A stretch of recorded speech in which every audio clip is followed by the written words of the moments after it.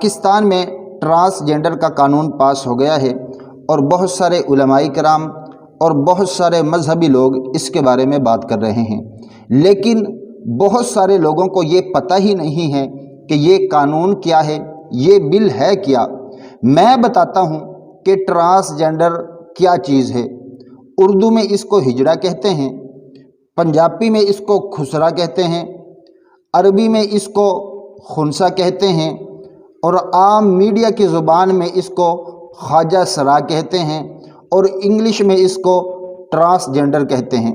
اب یہ قانون کیا پاس ہوا ہے یہ سمجھیں کہ کوئی بھی مرد نادرا کے دفتر میں جا کر یہ کہتا ہے کہ میں اپنے آپ کو عورت محسوس کر رہا ہوں، یا میں اپنے آپ کو عورت تصور کر رہا ہوں، یا میں اپنے آپ کو عورت فیل کر رہا ہوں، تو نادرا مجبور ہو جائے گا کہ جہاں پر جنس پر لکھا ہوتا ہے کہ یہ مرد ہے یا عورت، تو نادرا مجبور ہو جائے گا کہ وہاں پر لکھے کہ یہ مرد اب عورت ہے۔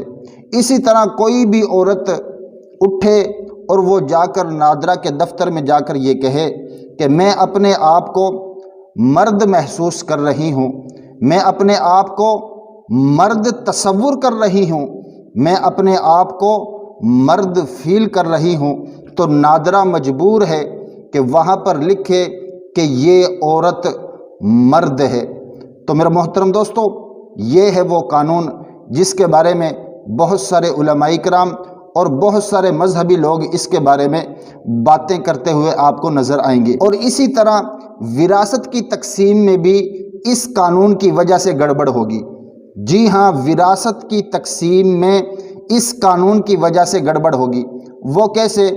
اللہ تعالیٰ نے قرآن مجید میں حکم دیا ہوا ہے کہ مرد کے لیے 2 حصے اور عورت کے لیے 1 حصہ۔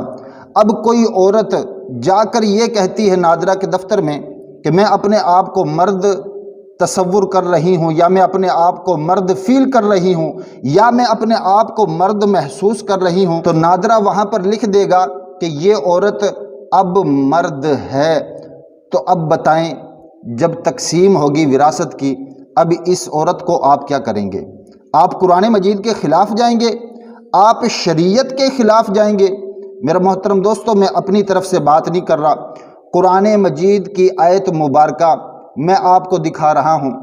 دیکھیں، ہندی کے اندر بھی اس کا ترجمہ لکھا ہوا ہے، اور دیکھیں انگلش کے اندر بھی اس کا ترجمہ لکھا ہوا ہے، اور دیکھیں اردو کے اندر بھی ترجمہ اس کا لکھا ہوا ہے۔ خود آیت کو پڑھیں اور اس کا ترجمہ کریں۔ اور ایک اور بات آپ کو بتاتا چلوں، اللہ تعالیٰ نے حضرت لوط علیہ السلام کو اس کی قوم کی طرف کیوں بھیجا تھا؟ اس کی قوم کون سا گناہ کا کام کرتی تھی؟ یہی گناہ کا کام کرتی تھی، بدفعلی کرتی تھی، لوطی کام کرتی تھی۔ وہ اپنی شہوت کو پورا کرنے کے لیے عورتوں کے پاس نہیں بلکہ مردوں کے پاس جا کر اپنی شہوت کو پورا کرتے تھے۔ اللہ تعالیٰ نے پھر حضرت لوط علیہ السلام کو بھیجا کہ جاؤ اس قوم کو بات سمجھاؤ، اس گناہ کو چھوڑ دیں۔ حضرت لوط علیہ السلام نے ان کو بات سمجھائی، انہوں نے اس گناہ کو نہ چھوڑا۔ اللہ تعالیٰ نے ساری قوم کو، پوری کی پوری قوم کو تباہ و برباد کر دیا اور عبرتناک سزا دی۔ اور بعد میں آنے والے مسلمانوں کے لیے اللہ تعالیٰ نے قرآن مجید میں یہ واقعہ لکھا بھی ہوا ہے۔ تو میرے محترم دوستو، میں اپنی ساری پاکستانی قوم سے درخواست کرتا ہوں، اس قانون کے خلاف، اس بل کے خلاف اپنی آواز اٹھائیں۔ جی ہاں، ایسا نہ ہو کہ ہمارے اوپر بھی جو عذاب اللہ تعالیٰ نے حضرت لوط علیہ السلام کی قوم پر بھیجا تھا، وہ عذاب آج ہم پر آ جائے۔ اور آپ سیلاب کا عذاب تو دیکھ ہی رہے ہیں۔ یہ قانون قرآن مجید کے بھی خلاف ہے، یہ قانون شریعت کے بھی خلاف ہے۔ تو میرے محترم دوستو، یہ تھی آج کی ہماری ویڈیو۔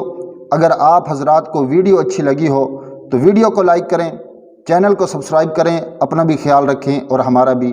اللہ حافظ۔